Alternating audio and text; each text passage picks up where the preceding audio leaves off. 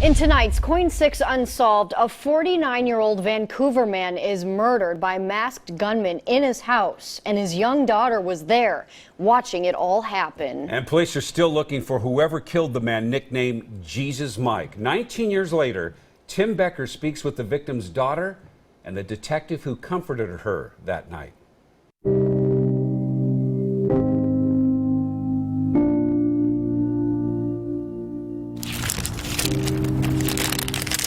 Do you remember where these are?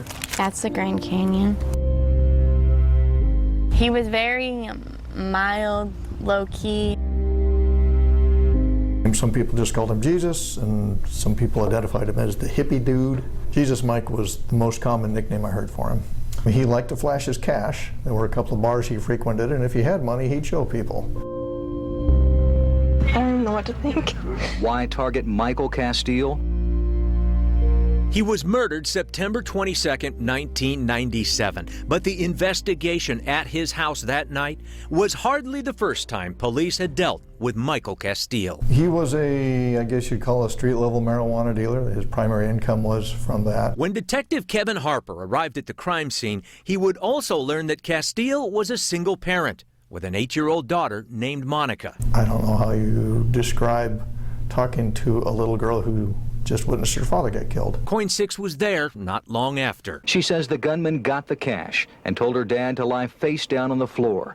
Then one of the suspects shot him in the back of the neck. Was she physically in the room when he was shot? Yes. She witnessed that? Yes. I'd been in situations previously, so I kind of, you know what I mean, I'd kind of already been introduced to kind of how to handle situations like that. 19 years later, Monica opens up about witnessing something so violent happening to someone so close, both emotionally and physically. I was in bed right here, and they were literally right here with my dad on the floor. They put a gun to the back of his neck. I remember him falling to the ground. He had false teeth. I remember his teeth falling out, and he just fell on the ground, and he was like dead instantly. So who killed Jesus Mike? MC 736. Master Case 736 has 6 oversized volumes of paperwork. The records show Michael Castile, who'd recently come into a pile of cash, had been robbed before. Home invasion type robberies, would someone come in, take his marijuana, take his cash, beat him up because they knew he had money, or they knew he had marijuana. He had cash, he had drugs. I mean, that's what he did. Monica says she sensed her dad knew something was going to happen. Court records show he'd recently sold marijuana to an undercover cop, cracked a deal with prosecutors, and turned in his supplier. People speculated that he had informed on the wrong person or talked about the wrong person. Whether or not that's true, there's plenty of other reasons for a homicide like this to occur. Detective Harper says they worked on 3 sets of suspects and 20 to 30 names came up, but they would never come close to charging anyone.